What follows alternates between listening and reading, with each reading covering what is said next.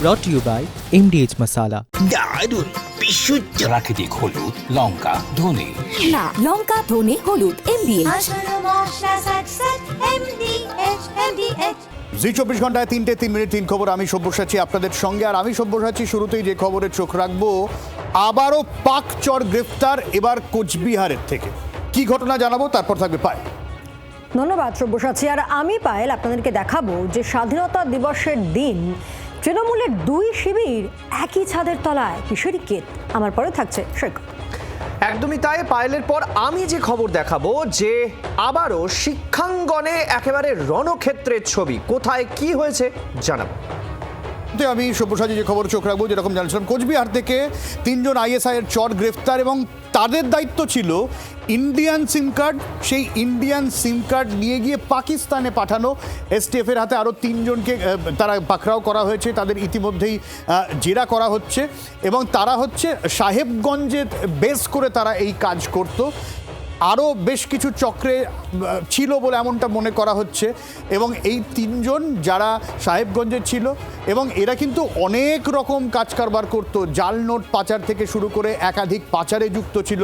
কিন্তু মূল যে ফোকাসটা, যেটা তাদের মূল দায়িত্ব ছিল, তা হলো এখানকার সিম কার্ড নিয়ে গিয়ে পাকিস্তানে দেওয়া, এবং এই সিম কার্ড মারফত নানা রকম একটা নেটওয়ার্ক গড়ে তোলা এদের কাজ ছিল। এবং জাল নোট তো অবশ্যই এর সঙ্গে ছিল, এবং একাধিক আরও অপরাধমূলক কাজের সঙ্গে এরা জড়িত ছিল। ঠিক কি কি অভিযোগ উঠছে এই রশিদুল হক, নাসিরুদ্দিন আলী আর শফিকুল ইসলাম, যাদেরকে গ্রেপ্তার করা হয়েছে, তাদের বিরুদ্ধে? পিয়ালি রয়েছেন আমাদের সঙ্গে। পিয়ালি, দেখো, এই 3 জনের ক্ষেত্রে একটা কমন বিষয় উঠে আসছে। তারা প্রত্যেকেই স্মাগলিংয়ের সঙ্গে যুক্ত এবং গরু পাচারের সঙ্গে যুক্ত। ফলে সেই গরু পাচারের সঙ্গে যুক্ত হবার সুবাদে বাংলাদেশের একজনের নাম উঠে আসছে, বাংলাদেশের সম্রাট ওরফে আকবর। সেই আকবরের সঙ্গে এদের 3 জনের যোগাযোগ পাওয়া গেছে, এবং যে আকবরকে গরু পাচারের সূত্রে তাদের আলাপ হয়েছিল, এরা বিভিন্ন সময় ভারতীয় সিম কার্ড দিয়েছে, এবং সেই সিম কার্ড পরবর্তী সময় বাংলাদেশ হয়ে পাকিস্তানে পৌঁছেছে বলে তদন্তকারী অফিসাররা মনে করছেন। এবং এই যে একেবারে শফিকুল, যে পাঞ্জিপুরের বাসিন্দা, তার সঙ্গে আরও ডিপ যে লিঙ্কটা পাওয়া যাচ্ছে, যে তার যে মোবাইল, সেই মোবাইলের মধ্যে ইন্ডিয়ান কারেন্সির যে নোট, সেটা এই সম্রাটকে পাঠাতে দেখা যাচ্ছে। তার পাশাপাশি কি ইন্ডিয়ান কারেন্সি কীভাবে ফেক বানানো হচ্ছে তার ভিডিও, এরকম একাধিক গুরুত্বপূর্ণ ভিডিও, স্ক্রিনশট এগুলো পাওয়া গেছে। অর্থাৎ 2 রকমের লিঙ্ক। তুমি জানো যে ভারতে একটা সময় প্রচুর পরিমাণে জাল নোট ছড়িয়ে গেছিল, এবং তার পেছনেও কিন্তু পাকিস্তানের লিঙ্ক উঠে এসেছিল। না, তার মানে পিয়ালি আমি এটা ধরে নিতে পারি যে 3টে বিষয় উঠে হলো। এক হচ্ছে সিম কার্ড, এক হচ্ছে জাল নোট পাচার, আর একটা হচ্ছে গরু পাচার। মানে টেকনিক্যালি এদের সাথে একটা বাংলাদেশের লিঙ্ক পাওয়া যাচ্ছে, তাই তো? একেবারেই। দেখো, ইনিশিয়ালি যোগাযোগটা শুরু হলো গরু পাচারের সূত্রে, তারপর সেই আকবর এদেরকে অ্যাসাইন করলো যে সিম কার্ড দিতে হবে। এরা নিজেদের নামে নিজেদের আইডি ব্যবহার করে সেই সিম কার্ড, বা অন্য কারোর আইডি ব্যবহার করে সেই সিম কার্ড তুললো। সেই সিম কার্ড, ফিজিক্যাল সিম কার্ড, সেটা এই সম্রাট ওরফে আকবরের কাছে দিল, এবং পরবর্তী সময় সেটা বাংলাদেশ হয়ে পাঞ্জাবের পাকিস্তান প্রদেশে পৌঁছে গেল, যেখানে আইএসআই এর যারা চর রয়েছে, আইএসআই এর যারা মাথা রয়েছে, তারা ইম্পারসোনেশনের ক্ষেত্রে এই ভারতীয় সিম কার্ডগুলোকে ব্যবহার করতো। অর্থাৎ একদিকে জাল নোটের যোগ পাওয়া যাচ্ছে, এবং জাল নোট পাচারের জন্য তাদের কাছে টাকা এসেছিল, এর আগে একটা মামলাতে নামও জড়িয়েছিল। ফলে একটা বড়সড় নেটওয়ার্ক মনে করা হচ্ছে, এবং কতগুলো সিম কার্ড তারা এখনো পর্যন্ত এইভাবে ফিজিক্যাল সিম কার্ড দিয়েছে, এবং তার পাশাপাশি এই যে এফআইসিএন র্যাকেটটা আবার সক্রিয় হওয়ার তথ্য পাওয়া যাচ্ছে, সেগুলোও কিন্তু তদন্তকারী অফিসাররা জানার চেষ্টা করছেন। বিশেষ করে তোমার মনে থাকবে, এর আগে এসটিএফ এরকম বেশ কয়েকজনকে গ্রেপ্তার করেছিল। বীরভূম থেকেও কয়েকজন গ্রেপ্তার হয়েছিল, যারা ভারতীয় ও যে সিম কার্ড, সেগুলো নিয়ে তার ওটিপিগুলো পাকিস্তানে বসে থাকা লোকের সঙ্গে শেয়ার করতো, তারা সেই সিম কার্ডগুলো ব্যবহার করতো। এক্ষেত্রে কিন্তু ফিজিক্যাল যে সিম কার্ড, সেই ফিজিক্যাল সিম কার্ডও তারা পৌঁছে দিয়েছিল। ফলে এটা যেটা গুরুত্বপূর্ণ, যে কতগুলো সিম কার্ড তারা পৌঁছে দিয়েছিল, এবং তারা গুপ্তচর বৃত্তির সঙ্গে যুক্ত বলে যেটা মনে করা হচ্ছে। তারা এর বাইরে গিয়ে আর কি কি কাজ করেছে, সেটাও তদন্তকারী অফিসার। একদমই পিয়ালি, সঙ্গে থাকো। আর এই নিয়ে রাজনৈতিক মহলে কি প্রতিক্রিয়া শোনাবো, শাসক দল কি বলছেন এটা নিয়ে, শুনুন। এই সমস্ত সীমান্তবর্তী অঞ্চলে তো ভারত বিরোধী কার্যকলাপ দীর্ঘদিন ধরে চলছে। সরকার নীরব থেকে যে র্যাডিক্যালাইজেশনের ক্ষেত্রে বিভিন্ন খারিজি মাদ্রাসায় ভারত বিরোধী তার শিক্ষা দেয়া হয়েছে। এখনো বোঝানো হচ্ছে সংখ্যা দিয়ে তারা পশ্চিমবঙ্গ দখল করে নেবে, পশ্চিমবঙ্গ লস্করের জঙ্গি এখানে ধরা পড়েছে, ISIS এর জঙ্গি ধরা পড়েছে, আরও ধরা পড়বে। বিজেপির সরকার ছিল বলেই ধরা পড়ছে, পরিবর্তন না হলে এরা আপনার বাড়ির ছাদে এসে বসতো। বিগত সরকারগুলো বিভিন্ন কারণে যে সরকার ইনসাফ চাইতে চলে গেছিল তারাও, আর যে সরকার আমাদের সপ্তাহে সপ্তাহে রোহিঙ্গাদের ডেকে এনে তাদের জন্য ক্যাম্প বসিয়েছিল তারা সবাই মিলেই এটা করার চেষ্টা করেছিল। বর্তমানে যে রাষ্ট্রবাদী সরকার সুপ্রতিষ্ঠিত হয়েছে সেই সরকারের কাজই হচ্ছে এদেরকে খুঁজে বার করা। আরও ধরা পড়বে যদি আজকে ধরে নিন অন্য বিজেপি ছাড়া অন্য সব এগিয়ে থাকা সরকাররা যদি থাকতো, তাহলে তো এই জঙ্গিরা বসিরহাটে কেন, আরও কলকাতাতে, শহর কলকাতায় যেখানে দাঁড়িয়ে আপনি কথা বলছি, ঠিক তার উল্টো দিকের বাড়ি থেকেই হয়তো হাত নেড়ে বলতো যে এখানে আছি, ভালো আছি, সেফ হেভেন, সেফ প্লেস। পথ ভোলা পথিক কি কুণাল ঘোষ কেন বলছে এ কথা? তার কারণ আজ হঠাৎ দেখা গেল মৃত শিবিরে স্বাধীনতা দিবসের অনুষ্ঠানে হাজির হলেন কালীঘাটপন্থী তৃণমূল নেতা বা বেলেঘাটা তৃণমূল বিধায়ক কুণাল ঘোষ। তিনি সেখানে যান, তিনি সেখানে গিয়ে বক্তব্যও রাখেন। হঠাৎ করে মৃত শিবিরে কেন?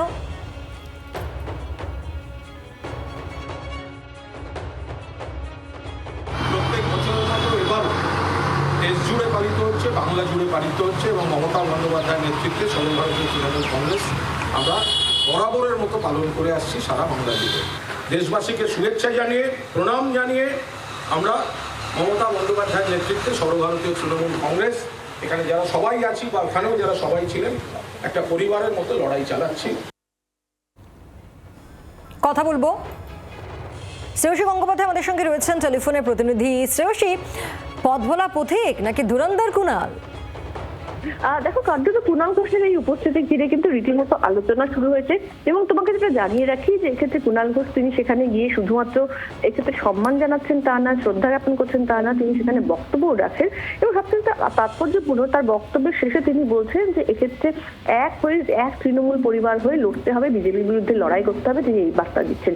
নিশ্চিতভাবে কুণাল ঘোষ হঠাৎ করে তিনি সেক্ষেত্রে ঋতুপর্ণ বন্দ্যোপাধ্যায়ের যে অফিস, সেই অফিসে কেন তিনি যাচ্ছেন আর সেই বিষয়টা নিয়ে কিন্তু কার্যত জল্পনা তৈরি হয়েছে। কুণাল ঘোষের অবশ্য তার দাবি যে এক্ষেত্রে তিনি যখন কালীঘাট তৃণমূলের যে কর্মসূচি স্বাধীনতা দিবসে, সেই কর্মসূচি সেরে যখন তিনি ফিরছিলেন সেই সময় তিনি ওই রাস্তা ধরে যাচ্ছিলেন মেট্রোপলিটনে এবং যেহেতু ওই জায়গাটা বেলেঘাটার মধ্যেই পড়ছে এবং সেখানকার তিনি বিধায়ক, তাই জন্য দেখে তিনি নেমে যান এবং নেমে গিয়ে সেখানে কার্যত তিনি সম্মান জ্ঞাপন করেন, শ্রদ্ধা জ্ঞাপন করেন এবং তারপর যখন তাকে বলতে বলা হয় তখন তিনি বক্তব্যও রাখেন। এর মধ্যে নির্দিষ্টভাবে অন্য কোনো তাৎপর্য নেই। অন্যদিকে এক্ষেত্রে ঋতবর্ত শিবিরের যিনি চেয়ারপারসন অরূপ রায়, তার বক্তব্য হচ্ছে এক্ষেত্রে যে কেউ আসতে পারে, সম্মান জ্ঞাপন করতে পারে এবং সৌজন্য তো দেখিয়ে কিন্তু কার্যত তারা তাকে বলতে দিয়েছেন, তারা তাকে সেই স্পেসটা দিয়েছেন।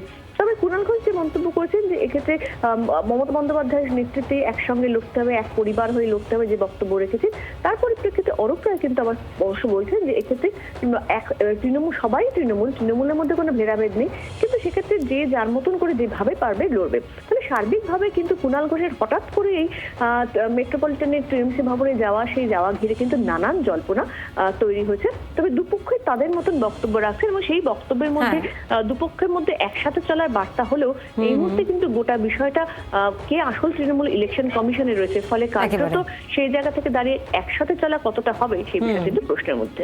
ধন্যবাদ শ্রেয়সী। আর এই পুরো বিষয় নিয়ে ঋত শিবিরের অরূপ রায় তার বক্তব্য শুনব।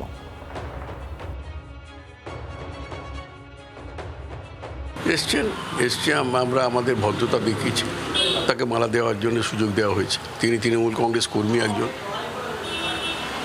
বলছেন যে একসাথে লড়াই, একই ইস্যুতে লড়াই। না, আমরা তো চাই একসাথে লড়াই করতে, আমরাও চাই একসাথে লড়াই করতে। তবে পরিস্থিতির পরিবর্তন হয়েছে। আমরা যে সমস্ত কর্মীরা আমাদের সঙ্গে আছেন, আমাদের সঙ্গে কাজ করছেন, তাদের নিয়েই আমরা কাজ করব আগামী দিনে। যদি আসতে চান সেটা পরবর্তীকালে সিদ্ধান্ত হবে। আর এদিকে টুলু কাণ্ডে এবার কেষ্টর দেহরক্ষীর বাড়িতে তল্লাশি। সাইকেল হোসেনের বাড়িতে তল্লাশি চালায় পুলিশ। সাইকেল হোসেনের অনুব্রত মণ্ডলের প্রাক্তন দেহরক্ষী ছিলেন এবং যেটা জানা যায় যে বোলপুর বাইপাস এলাকায় তার যে ফ্ল্যাট রয়েছে সেখানেই পুলিশ তল্লাশি চালায়। পিয়ালি রয়েছেন আমাদের প্রতিনিধি সরাসরি আমাদের সঙ্গে। পিয়ালি, এমনিতেই সাইগাল হোসেনের বিরাট সম্পত্তি নিয়ে আমরা দেখেছি অনুব্রত কাণ্ডের সময় খবর এসেছিল, এবার টুলুর সম্পত্তির সঙ্গে সাইগালকে কিভাবে লিঙ্ক করছে পুলিশ?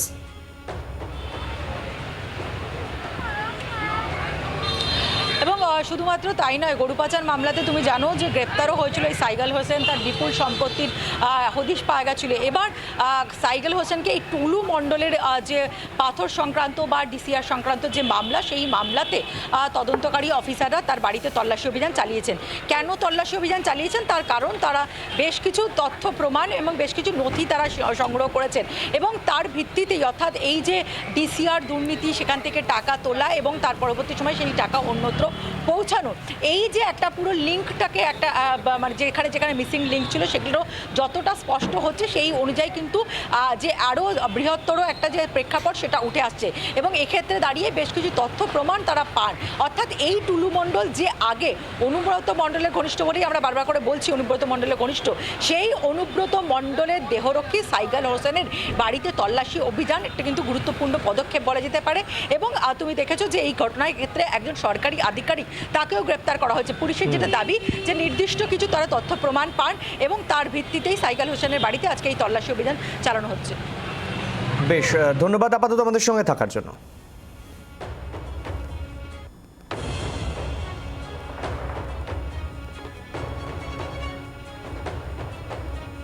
শুধু টুলু কাণ্ডে যে সাইগাল হোসেনের বাড়িতে তল্লাশি তা নয়, টুলু মণ্ডলের আত্মীয়র বাড়িতে ফের তল্লাশি। মনে আছে সেই আত্মীয়র বাড়ি থেকেই তো কোটি কোটি টাকা পাওয়া গিয়েছিল। আর এবার মিন্টু শেখের বিলাসবহুল বাড়িতে তল্লাশি চালানো হচ্ছে। বিলাসবহুল বাড়িতে রয়েছে সুইমিং পুল, বাড়ির মধ্যে ঢুকতে পারেনি পুলিশ। বোলপুরের খাসপাড়াতে তল্লাশি পুলিশের, সেই ছবি আপনাদেরকে দেখাচ্ছি। প্রসেনজিৎ মালাকার আমাদের সঙ্গে রয়েছেন। প্রসেনজিৎ, কিরকম আত্মীয় এই মিন্টু? দেখো, যেটা আমরা জানতে পারছি যে এই মিন্টু হলো তার স্ত্রী, অর্থাৎ টুলু মণ্ডলের স্ত্রীর ভাই। এবং পারুইয়ে তুমি দেখেছিলে যে তার শ্বশুর বাড়িতে যেখানে পুলিশ রেড চালিয়েছিল, সেই শ্বশুর বাড়ির সম্পর্কে সে সম্পর্কে আত্মীয় হচ্ছে। সেই কারণেই কিন্তু তার যে বাড়ি, অর্থাৎ বোলপুরে সুরিপাড়া যে বাড়ি, সেই বাড়িতে কিন্তু সেখানে খাসপাড়াতে সেখানে রেড চলছে। এবং পুলিশের তরফ থেকে প্রথমে তারা দরজা খুলে ঢুকতে পারেননি, কারণ বাড়িতে কেউ ছিলেন না। পরবর্তীতে আত্মীয়রা আসে, তারা দরজা খুলে দেন এবং পুলিশ ইতিমধ্যে প্রবেশ করে সেখানে এখনো তল্লাশি চালাচ্ছে।